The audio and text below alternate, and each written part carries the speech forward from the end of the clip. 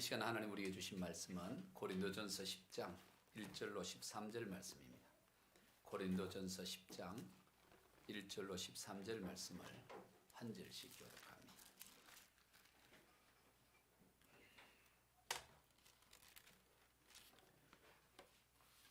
고린도전서 10장 1절입니다. 형제들아, 나는 너희가 알지 못하기를 원하지 아니하노니 우리 조상들이 다 구름 아래에 있고 바다 가운데로 지나가며 다 같은 신령한 음료를 먹으며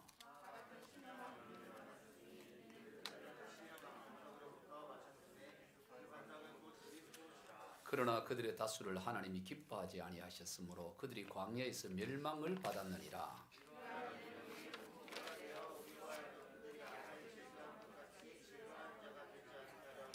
그들 가운데 어떤 사람들과 같이 너희는 우상 숭배하는 자가 되지 말라. 기록된 바 백성이 앉아서 먹고 마시며 일어나서 뛰논다 함과 같으니라.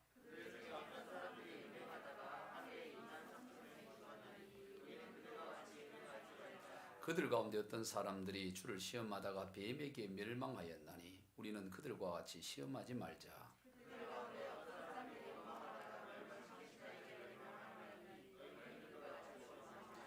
그들에게 일어난 이런 일은 본보기가 되고 또한 말세를 만난 우리를 깨우치기 위하여 기록되었느니라.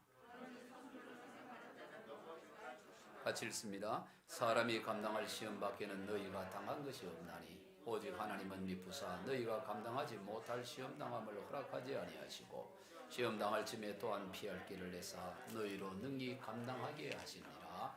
아멘. 할렐루야. 반갑습니다. 오늘 읽은 본문의 말씀을 통해 다음 시간까지 두 번에 걸쳐서 하나님의 은혜를 나누고자 합니다. 먼저 본문 1절을 다시 읽습니다. 형제들아, 나는 너희가 알지 못하기를 원하지 아니하노니 우리 조상들이 다 구름 아래에 있고 바다 가운데 지나며. 오늘 본문의 저자인 사도 바울은 고린도 교회 성도들을 향해서 형제들아, 나이는 너희가 알지 못하기를 원하지 아니한다, 그렇게 말했습니다. 알지 못하기를 원하지 아니한다. 뭔 말입니까? 꼭 알기를 원한다라고 강조하는 거죠. 부정의 부정, 이중부정법을 써서 더욱 강하게 강조하고 있는 것을 말하고 있습니다. 그저 알면 좋고 몰라도 어쩔 수 없는 그런 정도의 내용이 아니라 반드시 알아야 할 그 내용임을 이중부정을 통해 강조하고 있습니다. 그리고 반드시 알아야 할 것으로 과거 구약 시대에 있었던 역사들을 언급하면서 과거의 역사를 본보기로 삼을 것을 말합니다. 1절, 2절을 다시 읽습니다. 형제들아, 나는 너희가 알지 못하기를 원하지 아니하노니 우리 조상들이 다 구름 아래에 있고 바다 가운데로 지나가며 모세에게 속하여 다 구름과 바다에서 세례를 받고 구약시대 역사를 통해서 반드시 알아야 할 것으로 먼저 출애굽 당시 홍해를 건넌 사건을 언급하고 있습니다. 건넌 것의 의미는 세례를 받은 것이다, 그렇게 말하는 거예요. 여러분, 우리가 세례를 받을 때 보면 물을 찍어서 성부와 성자와 성령의 이름으로 세례를 베풀죠. 그러나 본래는 그렇게 하지 않고 우리 침례교 같은 교단에서 특히 잘 하듯이 아예 물에 푹 담가서 그래서 다시 이렇게 세우는, 이게 원래 세례의 원형이 거죠. 그런 것처럼 이스라엘 백성들이 홍해, 그 바다, 그 물을 지나간 것이 바로 세례를 받은 것이다, 그렇게 말하고 있습니다. 이걸 현대인의 성경에서는 이렇게 하고 있습니다. 형제 여러분, 여러분은 옛날 우리 조상들이 광야에서 겪은 일을 잊어서는 안 되겠습니다. 모세 때의 우리 조상들은 모두 구름의 인도를 받아 홍해를 건넜습니다. 그들은 모두 모세를 따라 구름과 바다 가운데서 세례를 받았고, 즉 홍해를 건넌 사건을 세례를 받은 것으로 사도 바울은 설명하고 있다는 것입니다. 출애굽기 14장에서 애굽 왕 바로의 압제에서 벗어난 이스라엘 백성들은 낮에는 구름 기둥으로 밤에는 불 기둥으로 그 인도함을 받아 홍해 앞에 이르게 되어 진을 치고 있었습니다. 가나안 땅을 향해 갈 때 모세가 독단적으로 그렇게 길을 인도한 게 아닙니다. 하나님께서 친히 불기둥과 구름기둥으로 그들을 이끌어 가나안 땅으로 가는데 마치 길을 잘못 든 것처럼 홍해 앞바다에 이르게 된 것입니다. 그리고 거기에 진을 치고 있었던 것이죠. 그러던 중에 애굽 바로의 군대가 추격을 해온 것입니다. 이스라엘 백성들이 지금 오도 가도 못하고 홍해 바다 앞에서 갇혀 있다는 그 소식을 듣고 중무장을 한 군사들을 추격해서 온 것이요. 꼼짝없이 어디로 도망갈 곳이 없어요. 무슨 나무나 숲이 있어서 숨을 곳도 없습니다. 황향은 들판이고 모래산이고 앞에는 홍해 바다고 뒤는 중무장한 애굽 병사들이고 꼼짝없이 죽을 수밖에 없는 그런 상황이었습니다.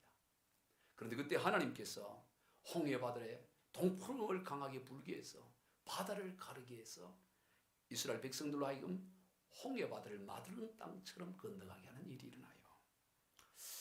이 정도 되면 아직 믿음이 여린 분들 가운데는 그게 말이 어떻게 바람이 불어갖고 바다가 갈라져 막 이런 생각이 드는 분이 있을 수 있어요. 그럼 이런 걸 한번 생각해 보면 돼요. 여러분, 우리가 지금 지구가 가만히 있는 게 아니고 움직이고 있죠. 우리가 생각할 때는 지구가 가만히 있는 것 같지만 지구는 엄청난 속도로 움직여요.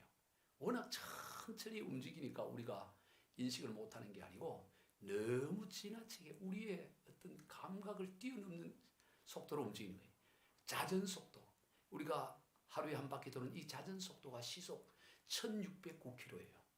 그러니까 여러분, KTX 빨라봐야 한 300km인데 여객기 빨라봐야 한 1000km인데 이 지구는 1시간에 1609km를 움직여요. 안 놀라워요? 그런데 이게 제자리에서 도는 게 아니고 태양둘레를 돈다고. 태양둘레는 얼마나 빨리 도느냐 하면 107,160km로 돌아요. 1시간에. 조금만 놀래달라고요. 그래야 이게 지금 설교하는 사람도 맛이 있지. 107,160km. 어마어마한 속도로 돌아, 이 지구가. 근데 우리는 돌고 있는 느낌도 없어요. 그냥 제자리에 돌아도 이게 엄청난데 제자리에 돌면서 또 크게 공전을 하고 있어요. 그런 하나님께서 홍해 바다 바람으로 가르는 건 애들 말 따라 장난인 거죠. 그게 뭐 문제되겠어요. 창조주 하나님에게 있어서. 바로 그렇게 해서 이스라엘 백성들은 홍해 바다를 마른 땅처럼 건너게 됐습니다. 그리고 그것을 추격해오던 애굽 병사들은 결국에 하나님의 역사로 말미암아 다시 이스라엘 백성들이 다 건너가고 난 다음에는 물이 합쳐져서 거기서 다 수장이 되는 일이 일어나죠. 그 결과 이스라엘 백성들은 온전히 애굽의 종살이에서 벗어날 수가 있었던 것입니다. 즉 과거와의 완전한 단절이 이루어진 것입니다. 그러한 의미에서 세례와 같다는 것입니다. 여러분, 세례가 무엇입니까? 세례는 과거와의 완전한 단절을 의미하는 것입니다.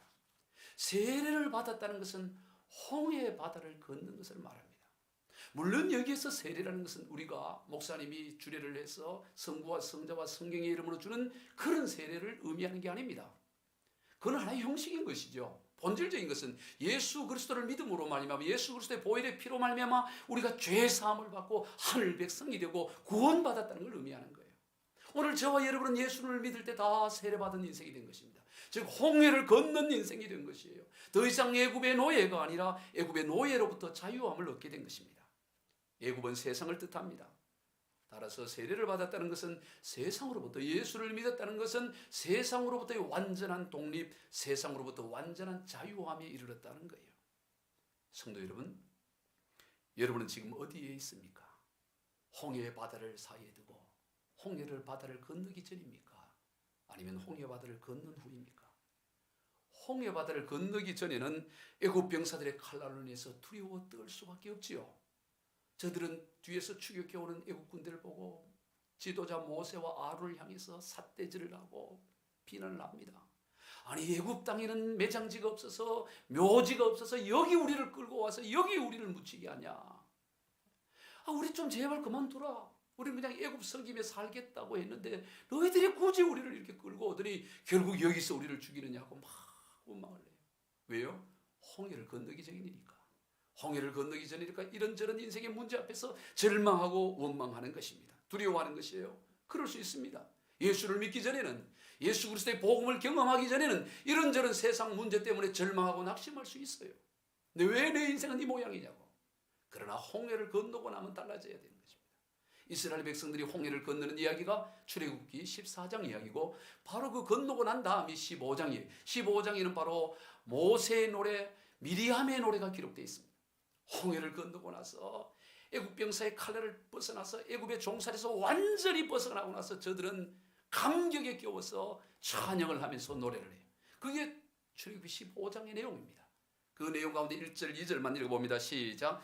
이때 모세와 이스라엘 자손이 이 노래로 여호와께 노래하니 일러스되 내가 여호와를 찬송하리니 그는 높고 영화로우시며 말과 그 탄자를 바다에 던지셨음이로다.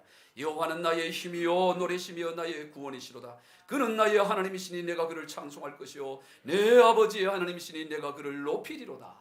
할렐루야. 홍해를 걷는 인생의 노래가 나오는 것입니다. 오늘 저와 여러분은 홍해를 걷는 세상의 그 모든 속박으로부터 벗어난 우리의 인생들이 해야 될 일은 노래하는 거예요. 감격의 노래, 해방의 노래. 이것이 바로 홍해를 걷는 자의 모습이에요. 홍해를 사이에 두고 건너가기 전과 건넌 후의 모습은 전혀 다른 것입니다. 지금 여러분의 모습은 어떻습니까? 아직도 홍해와 바다를 건너지 못하고 있는 자의 모습처럼 살아가고 있지는 않느냐 하는 것입니다.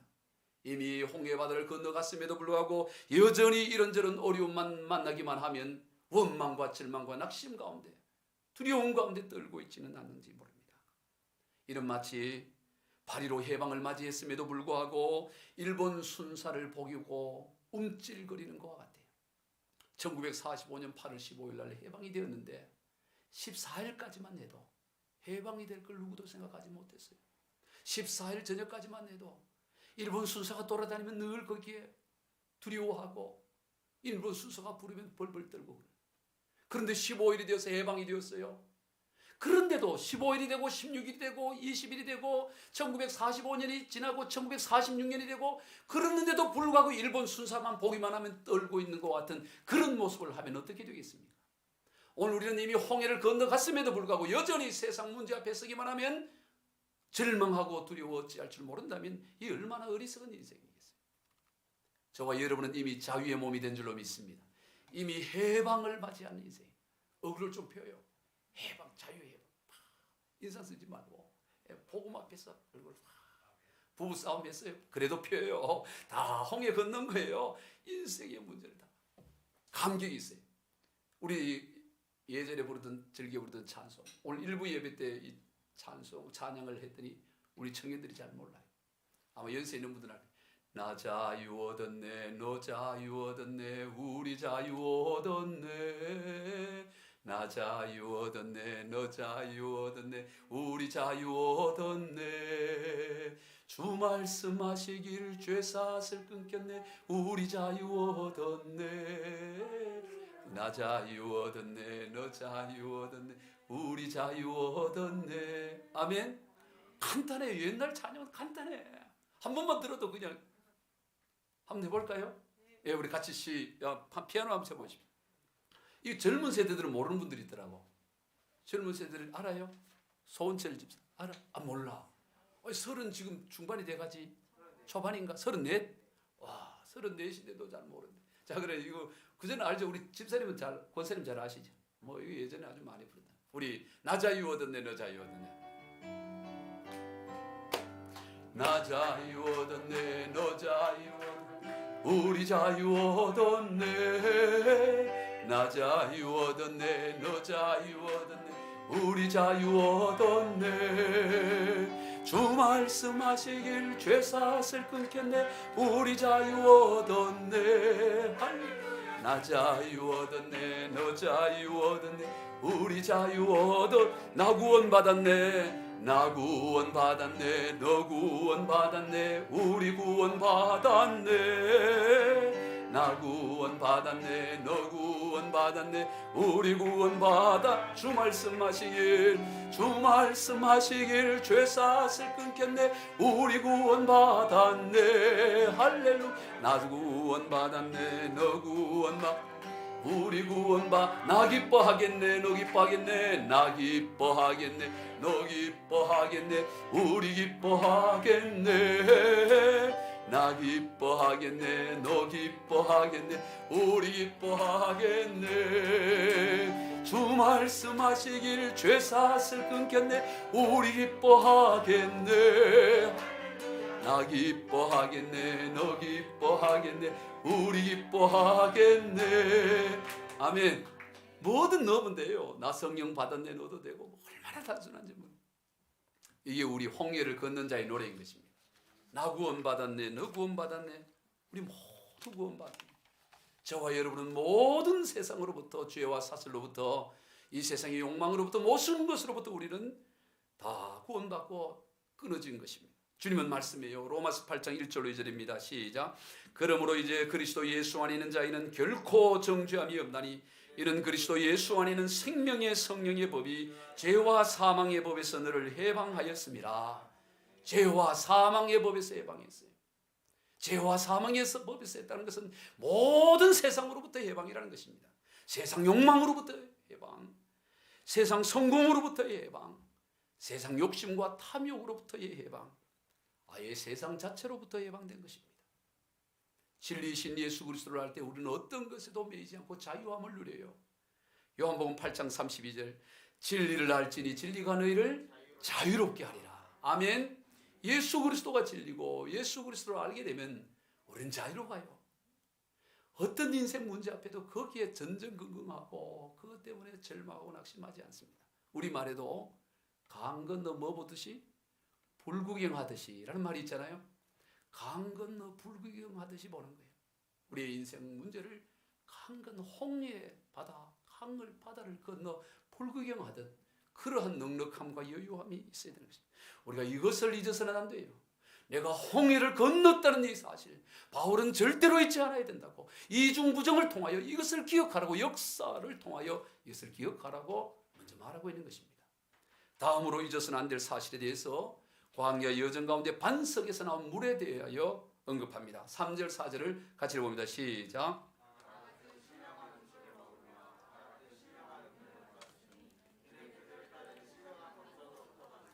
그 반석은 곧 그리스도시니라. 여러분, 사람이 생존하는 데 있어서 물은 절대적인 요소이죠. 물이 없으면 생존 자체가 불가능합니다. 그런데 이스라엘 백성들이 광야에서 보낸 40년 세월 가운데는 강이 없었어요. 큰 강이 있어야 되는데 강이 없었습니다. 샘도 없었습니다. 사막과 같은 생활이었습니다. 그런데 그 상황 가운데 장정만 60명이니 전체는 좋게 200만 명 정도가 살아가야 합니다. 그러니 얼마나 많은 물이 필요하겠습니까? 200만 명이 먹고 마셔야 되는데 사람만 200만 명이 아니고 또 수많은 가축대가 있고 하니 물은 너무나 많이 있어야 되는 것입니다. 그런데도 그런 강이나 물이 없이 어떻게 그들이 살아갈 수가 있었을까요? 4일 살기도 어렵습니다. 나흘을 살아도 다 탈진할 수 있는 상황이에요. 뜨거운 햇살이. 그런데 4일도 아니고 40일도 아니고 40개월도 아니고 40년의 세월을 저들이 광야에서 보내었습니다. 어떻게 그것이 가능할 수 있었을까요? 불가사의한 일 같습니다. 어떻게 그들이 가능했냐면 바로 반석으로부터 물이 나왔기 때문인 것입니다. 반석으로부터. 사막에는 반석이 많습니다. 바위가 많습니다. 그 반석에서는 도무지 물이 나올 수 있는 곳이 아니에요. 그런데 반석에서 물이 솟아나왔기 때문에 그 물을 먹고 마시며 좋게 200만 명의 사람들이 또 수많은 가축대가 40년의 세월을 보낼 수 있었다는 것입니다. 그런데 그것도 빠듯하게 산 것이 아니에요. 그저 목이나 축이면서 겨우 그냥 탈진하지 않을 정도로 그렇게 산 것이 아니고 풍성하게 누리며 살았다는 거예요. 이스라엘 백성들이 가나안 땅을 눈앞에 두고 그냥 바로 입성을 하면 되는데 정탐꾼을 보내고 그들의 부정적인 보고를 듣고 원망하다가 결국에는 40년의 광야 여정을 보내지요. 이스라엘 백성들이 그 가나안 땅에 진격하기 바로 직전에 그 인구조사를 1차를 합니다. 그 1차 할 때 인구가 얼마가 되냐면 민수기 1장 45절 46절이에요. 시작. 이같이 이스라엘 자손이 그 조상의 가문을 따라 20세 이상으로 싸움에 나갈 만한 이스라엘 자손이 다 계수되었으니 계수된 자의 총계는 60만 3,550명이었더라. 출애굽 1세대 20세 이상으로서 전쟁에 나가 싸울 만한 인구조사를 한 거예요. 그리고 나서 이제 정탐꾼을 보내는 거죠. 제일 먼저 한 일은 인구조사를 한 거예요. 몇 명이 어떻게 되어 있느냐, 그리고 어떻게 진을 형성해서 이 가나안 정복을 할 것이냐. 그래서 12개 지파로 진을 형성하고 다 작전을 짜고 인구조사를 한 겁니다. 군사의 수를 세는 거예요. 그랬더니 60만 3,550명이었습니다. 그런데 문제는 저들이 결국에는 그 가나안 땅에 들어가지 못하고 불평하고 원망하다가 저 60만 3,550명이 다 죽임을 당했어요. 40년 세월 가운데. 누구만 살아남습니까? 여호수아와 갈렙 두 사람 빼고는. 그 인구조사에 해당됐던 여호수아와 갈렙 빼고는 다 60만 3,550명이 다 죽임을 당해요. 그리고 40년의 세월이 다 지나고 난 다음에 그리고 다시 이제 여호수아를 중심으로 해서 가나안 땅에 이제 들어가기 전에 인구조사를 해요. 여러분 60만 3,550명이라는 이 장정의 인구, 약 200명의 이 인구는 어디서 생성된 것입니까? 바로 그 야곱 시대 때 70명의 그 야곱의 그 가족들이 그 기근을 피해서 애굽에 내려갔다가 거기에서 그 나일강 하류의 삼각주 시대, 거기 비옥한 그 땅에서 기하급수적으로 늘어난 인구가 그런 인구였습니다. 그 엄청난 비옥한 땅에서 60만 3,550명이라는 이 인구가 장정이 생겨났어요. 그런데 지금 어떤 상황입니까? 광야입니다. 아무것도 없습니다. 그 나일강 하류와 비교하면 그 비옥한 땅과 비하면 비교조차 되지 않은 상황이에요.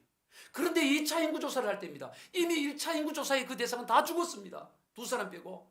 그런데 2차 인구조사할 때 몇 명이 될 것 같아요? 우리 생각에는 다 죽어버렸으니까 그 몇 명이 태어나겠냐? 그 광야에서 몇 사람이 살아날까 싶은데 우리 한번 그 인구조사를 봅시다. 민수기 26장 51절입니다. 시작. 이스라엘 자손에 계수된 자가 60만 1,730명이라. 이제 가나안 땅에 2차로 인구조사를 해서 다음 세대 조사를 해봤더니 60만 1,730명이라. 이게 정말 이것도 놀라운 일이에요. 즉 나일강 하류의 그 비옥한 땅에서의 인구의 기하급수적인 그 수나 광야에서의 태어나서 자란 이 세대나 차이가 별로 없어요. 계산을 제가 해봤어요. 60만 3,550 빼기 60만 1,730명을 했더니 얼마가 나오냐면 여러분 계산 안 하셔도 돼. 또 지금 또 계산하는 분이 있어요. 1,820명이에요. 1,820명만 감소된 거예요. 이거 엄청난 거잖아요. 저는 이 수를 비교해 보면서 감동이 오더라고요. 어떻게 광야에서 1,820, 한 2,000년 정도만 줄어들었지 그대로라는 거예요. 그런데 더 놀라운 것은 이 민수기 26장이 2차 인구조사 이야기인데 민수기 25장에서 즉 가나안 땅을 입성을 가까이 두고 이 모압 땅 시딤이라는 곳에서 어떤 일이 나냐면 이스라엘 그 장정들 가운데 바로 모압 여인들과 음행을 벌이고 바알 부호를 섬기면서 온갖 그 가나안 땅 바로 입성 출발 전에 그 온갖 이 못된 짓을 하다가 하나님이 진노가 일어나서 연병이 생겨나요. 연병이 일어나 전염병이 거기서 생겨나요. 그래서 몇 명이 주냐? 2만 4천 명이 연병으로 죽습니다. 만약 그때 2만 4천 명이 사망을 하지 않았다면 실제 수는 얼마가 더 늘어나요? 2만 2천 명 이상이 더 늘어나 버린 꼴이 되는 거예요. 어제 결혼을 아들 보냈니 두 사람은 고개를 끄덕거리고 다른 분들은 별로 반응이 없어요. 뭔 걱정이 그래 많아요. 여기 이제 아들 보냈으니 나는 걱정 없다 이렇게 편안하게 그래 이제 은혜를 받고. 아니 2차 인구 조사가 2만 2천 명이 더 늘어났다고. 앞에 만약 전염병으로 연병으로 발부호를 섬기는 일 사건이 일어나지 않았다면 이 얼마나 놀라운 일입니까? 왜 그랬어요? 반석에서 샘이 나오니까. 반석에서 그 메마른 땅 반석에서 물이 솟아나오니까 그 비옥한 애굽의 나일강 하류보다 더 부흥하는 일들이 일어나더라라는 것입니다. 그리고 그 반석이 무엇이냐? 예수 그리스도라고 오늘 본문에서 말씀하는 그 반석은 그리스도라고 말씀하는 것입니다. 사랑하는 성도 여러분, 우리 그리스도인들의 삶은 환경의 지배를 받지 않습니다. 언제 어디서나 반석이신 예수 그리스도가 우리와 함께하고 계시기 때문에 오늘 3절 4절 다시 읽습니다. 다 같은 신령한 음료를 먹으며 다 같은 신령한 음료를 마셨으니 이는 그들을 따르는 신령한 반석으로부터 마셨으며 그 반석은 곧 그리스도시니라. 아멘. 반석이 그리스도라는 겁니다.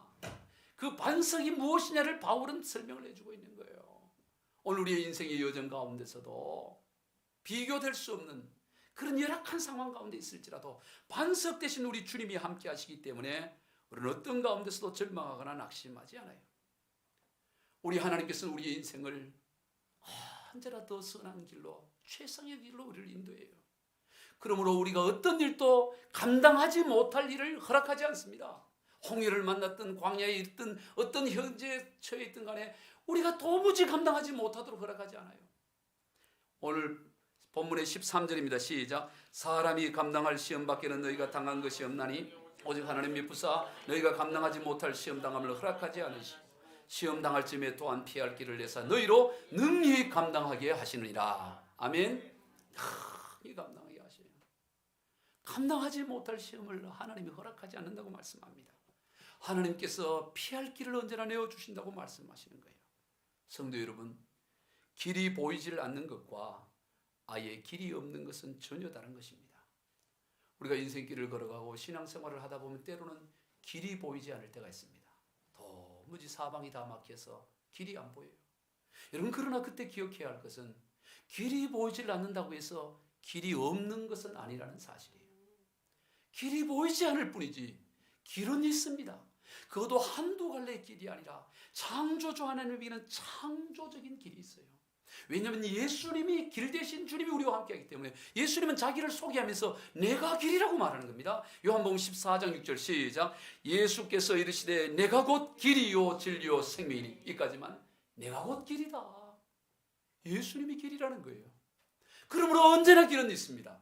길이 없는 게 아니에요. 다만 보이지 않을 뿐이에요. 그런데 우리는 길이 보이지 않으면 길이 없다고 단정합니다. 그렇지 않습니다.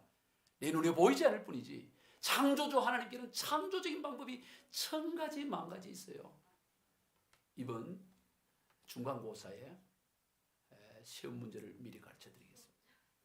홍해 바다 앞에서 홍해를 건너가는 그 방법에 대해서, 창조적인 방법에 대해서 10가지를 논하시오. 이렇게 문제 가르쳐 줬어요. 중간고사. 자, 홍해 바다, 이스라엘 백성이 출애굽 14장에서 홍해 바다를 앞에 뒤에 애국 병사가 쫓아와. 홍해 바다를 어떻게 건널 거냐? 이미 교과서에는 어떻게 했어요? 바람이 불어가지고 걷는 게, 그것만 있는 게 아니죠. 창조주 하나님에는 창조적인 방법이 있어요. 그 외에도 무수한 방법이 있습니다. 그거를 10가지를 쓰라는 거예요. 그러니까 여러분 한번 생각을 해보면 여러 가지 나올 거예요. 사람마다 창조적인 방법이 있지 않겠습니까? 그 바다를 얼게 해서 건너가게 할 수도 있어요. 얼음을 그냥 얼게 해서. 또 일부의 우리 한청에는 그냥 베드로가 물리를 걸었듯이 그냥 걸어가, 얼 필요도 없어, 그냥 걸어가면 되지 않냐, 이 이스라엘 백성 건너요. 뭐 그럴 수도 있겠죠. 바람을 일으켜서 그냥 이렇게 회오리 바람으로 옮길 수도 있고, 뭐 창조적인 방법이 1000명이면 1000명의 생각들이 나올 수 있지 않겠어요? 방법이 없는 것이 아니고 길이 없는 것이 아니고 보이지 않을 뿐이다 이 말이에요. 자기 수준으로 정의하면 안 된다 이 말이죠. 이스라엘 백성들은 홍해바다 앞에서 절망한 거예요. 길이 없다는 거예요. 이제 끝났고 여기가 우리의 매장지내고 원망하는 것입니다. 그러나 창조주 하나님에는 창조적인 방법이 있다는 것입니다. 생각도 못하는 방법이 있는 거예요. 그 하나님은 오늘 또 저와 여러분의 하나님인 줄로 믿습니다. 그러므로 우리가 절망할 거 없어요. 오히려 기대하는 것입니다. 하나님이 어떻게 역사하실 것을 기대하고 기다리는 것입니다. 신앙생활은 기대하며 기다리는 것입니다. 그러기 전에 기도부터 해야 되겠죠. 기도하며 기대하며 기다리는 삶, 이게 신앙생활. 따라해 봅시다. 신앙생활은 기도하고 기대하며 기다리는 삶이다. 아멘. 기도하고 기대하며 기다리는 삶이에요.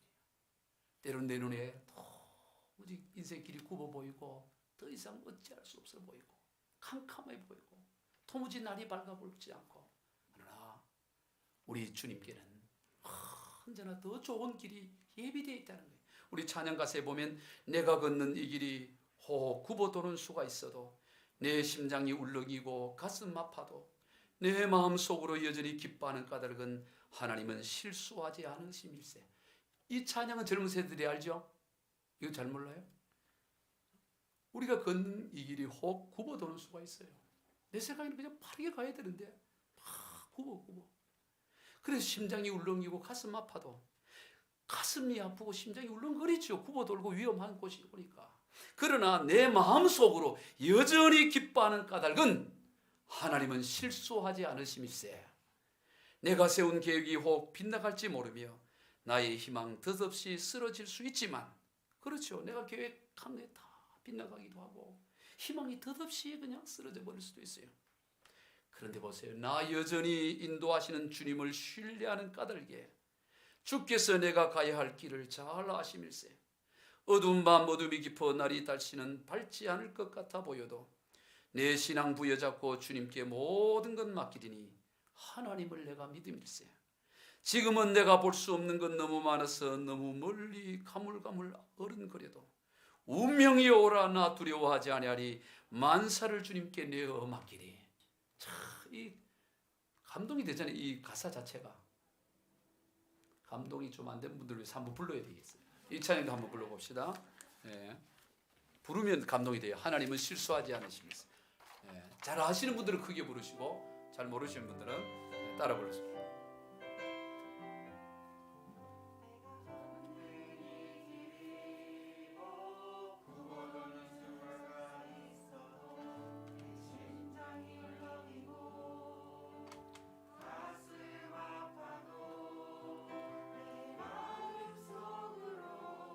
여전히 기뻐하는 까닭을 하나님은 실수하지 않음이 내가 세운 계획이 꼭 빗나갈지 모르며 나의 희망 덧없이 쓰러질 수 있지만 나 여전히 하시는 주님을 신뢰하는 까닭은 주께서 내가 가야 할 길을 잘 아시. 어두운 맘 어둠이 깊어 날이 다시는 밝지 않을 것 같아 보여도 신앙 부여잡고 함께 모든 것 맡기니 하나님을 믿으면서 지금은 내가 볼 수 없는 건 너무 많아서 내가 볼 수 없는 건 너무 많아서 너무 멀리 가물가물 어른거려도 운명이여 오라 나 두려워 아니하리 하나님께 내어 맡기리 안개는 걷히고 하나님 지으신 빛이 뚜렷이 보이리라.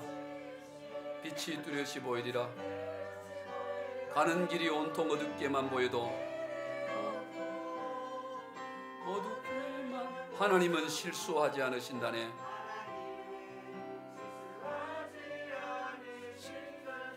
아멘. 하나님은 실수하지 않습니다. 운명을 우리가 두려워할 거 없습니다. 인생의 문제 두려워. 운명이여 오라. 나 두려워하지 아니하리 만사를 주님께 내어 맡기리. 그렇게 외치면서 우리와 함께 하시는 주님과 함께 인생길을 걸어가는 것입니다. 그런데 많은 이들이 주님과 상관없이 피할 길을 스스로 만들려고 해요. 하나님의 백성임에도 불구하고 하나님과 함께하고 주님이 우리와 함께하고 있음에도 불구하고 주님과 상관없이 자기 길을 스스로 만들려고 애를 씁니다. 이것을 성경은 우상 숭배라고 말합니다. 기억할 세 번째 사실에 대해서 사도 바울은 이스라엘 백성들의 우상 숭배에 대해서 말합니다. 7절 같이 봅니다.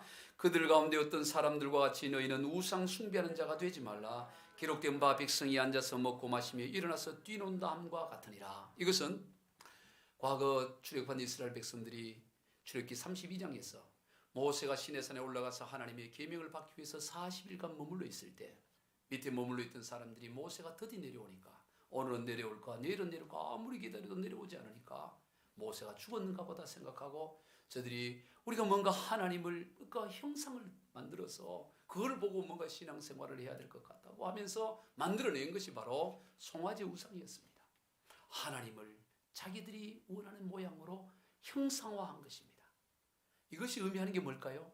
바로 하나님을 제한했다는 것입니다.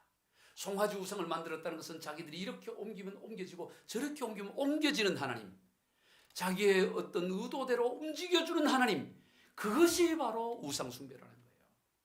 여러분, 우상 숭배라는 그저 나타난 현상만을 말하는 게 아닙니다. 하나님을, 전능하신 하나님을 자기 수준으로 제한시켜버리는 것이 우상 숭배예요. 자기 욕망을 이루는 하나님, 내가 믿는 하나님, 이런 하나님, 하나님을 자기 수준화 시켜놓는 것을 우상 숭배라고 하는 것입니다.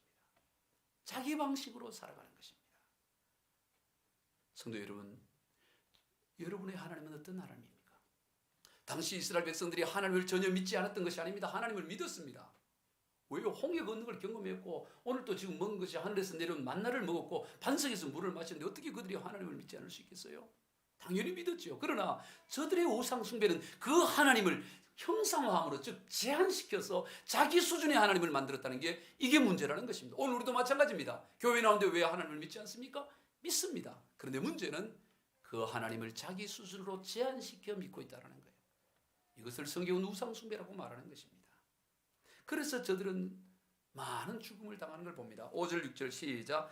그러나 그들의 다수를 하나님이 기뻐하지 아니하셨으므로 그들이 광야에서의 멸망을 받았느니라. 이러한 일은 우리의 본보기가 되어 우리로 하여금 그들이 악을 즐겨한같이 즐겨하는 자가 되지 않게 하려 함이라. 바로 저들의 실수와 실패와 멸망을 보면서 그것이 우리의 본보기가 되어서 그러면 안 된다라고 말씀하고 있는 것입니다.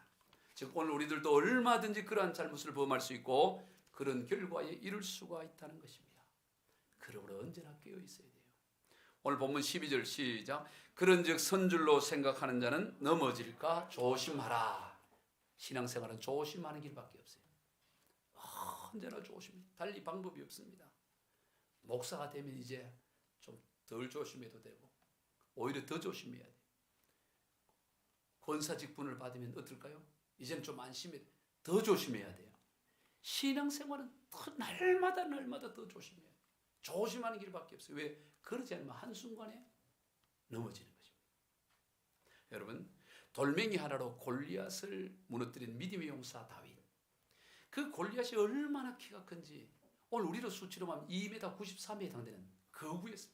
그가 소리를 지르면 산이 쩌렁쩌렁 울리고 그 당시에 왕이었던 사울 왕도 모든 이스라엘 백성들보다 머리 하나 더 컸다 그래요. 그리고 준수했습니다. 그런데도 그 사울 왕도 이 골리앗 앞에서는 벌벌벌 떨었어요. 이스라엘의 모든 백성들과 군사들이 그 골리앗의 소리 지르면 그냥 다 두려워했어요. 그런데 어린 소년, 청소년 이 다윗이 돌멩이 갖고 와서 그걸 무너뜨리잖아요. 그리고 그의 신앙의 여정을 보면 오직 하나님을 경외하며 그가 시편에 기록한 그 시들을 보면 정말로 하나님을 신뢰했던 그런 사람입니다. 그런 그가 충신의 아내를 범하고 그리고 나서 그 자기의 잘못을 감추기 위해서 아주 교묘한 방법으로 충신을 죽이는 이런 일을 할 줄을 그 당시 누가 상상인들 얘기했고 다윗인 본인도 그런 자신의 인생을 생각인들 했겠어요. 그리고 그런 죄를 버물러 놓고도 인식을 못했습니다. 나단 선지자가 와서 강력하게 책망했을 때 그때야 정신이 번쩍 든 거예요. 여러분, 다윗 같은 사람도 이렇게 넘어지는 것입니다. 넘어져 놓고도 넘어진 줄 몰라요. 내가 왕인데 다른 나라 왕에 비하면 이 정도는 얼마든지 할 수 있는 것이지. 하나님 방식이 아니라 자기 수준의 하나님, 우상의 하나님을 만들고 있었던 거예요. 여러분, 베드로가 어떤 사람입니까? 예수님을 위해서라면 나는 오기도 가고 죽음도 마다하지 않겠다고 했던 그 베드로가 나이 많은 사람도 아니고 장정도 아니고 어린 계집여종 앞에서 예수를 모른다고 그냥 단순히 부인한 것이 아니라 맹세하며 저주까지 하면서 예수를 모른다고 부인할 줄 12제자 가운데 누가 그걸 상상이나 할 수 있었겠고 베드로 본인들 상상할 수 있었겠냐 이 말이에요. 그런데 한순간에 넘어지는 거예요. 그러니 베드로가 그러하고 다윗이 그러할진데 누가 감히 나는 섰으니 안심할 수 있다고 할 자가 누가 있겠어요? 선줄로 생각하는 자 넘어질까 조심하라. 이스라엘 백성들이 수많은 기적, 애굽에서 10가지 대재앙을 경험했고 홍해가 갈라진 것, 별난 걸 다 경험했는데 그들이 저렇게 넘어질 줄 누가 생각할 수 있냐 이 말이죠. 조심하는 길밖에. 신앙생활은 조심해야 돼요. 말씀을 정리합니다. 그리스도인으로서 구약시대의 역사를 통해 반드시 알아야 할 것이 있다고 바울은 이중부정을 통해 강조합니다. 그 먼저는 출애굽 당시에 홍해를 걷는 것의 의미, 그것은 곧 과거와의 완전한 단절, 옛 생활과의 완전한 단절을 의미하는 세례라고 말하는 것입니다. 오늘 우리는 애굽인 이 세상으로부터 단절된 인생입니다. 세상으로부터 벗어난 인생. 비록 이 세상에 발을 딛고 살아가지만 우리는 세상에 속한 자가 아니고 홍해를 걷는 자라는 것을 인식해야 되는 것입니다. 언제나 내가 지금 홍해를 건넜다는, 홍해 건너기 전이 아니라 홍해를 건넜고 그리고 모세의 노예 미리암의 노래처럼 찬양과 기쁨과 감격이 우리 입술에서 그치지 않아야 되는 것입니다. 어떤 문제 앞에서도 이미 홍해를 건넜기 때문에 강 건너 불구경하듯이 넉넉한 영혼 가운데 볼 수가 있어야 되는 것입니다. 그리고 반석에서 나오는 물을 통한 깨달음입니다. 반석이 바로 예수 그리스도를 의미하는 것입니다. 도무지 며칠도 살 수 없는 그런 환경 가운데서도 저들은 40년간을 풍성하게, 나일강 하루의 그 비옥함보다 더 풍성함으로 저들이 누릴 수 있었던 것은 바로 반석 대신 그리스도께서 저들과 함께 있고 주님이와 함께 있기 때문인 것입니다. 오늘 우리의 인생도 마찬가지입니다. 스스로 길을 찾아내려고 하면 안 됩니다. 스스로 하나님을 제한하고 하나님이 자기 원하는 방식으로 만들어가는 어리석음을 범해서는 안 됩니다. 늘 조심하며 우리가 하나님의 인도함을 따라 우리가 이 땅의 여정의 믿음의 길을 걸어가시는 저와 여러분 다 되시길 주 예수 그리스도 이름으로 축원드립니다. 기도하겠습니다. 하나님 아버지 감사합니다. 오늘 과거 구약시대에 일어난 그 역사의 사건들을 통하여 반드시 기억하고 알아야 한다고 오늘 사도 바울이 말한 것을 우리가 기억하게 하시고 우리가 그것을 기억하며 나갈 수 있도록 도와주옵소서. 예수님의 이름으로 축복하며 기도드리옵나이다. 아멘.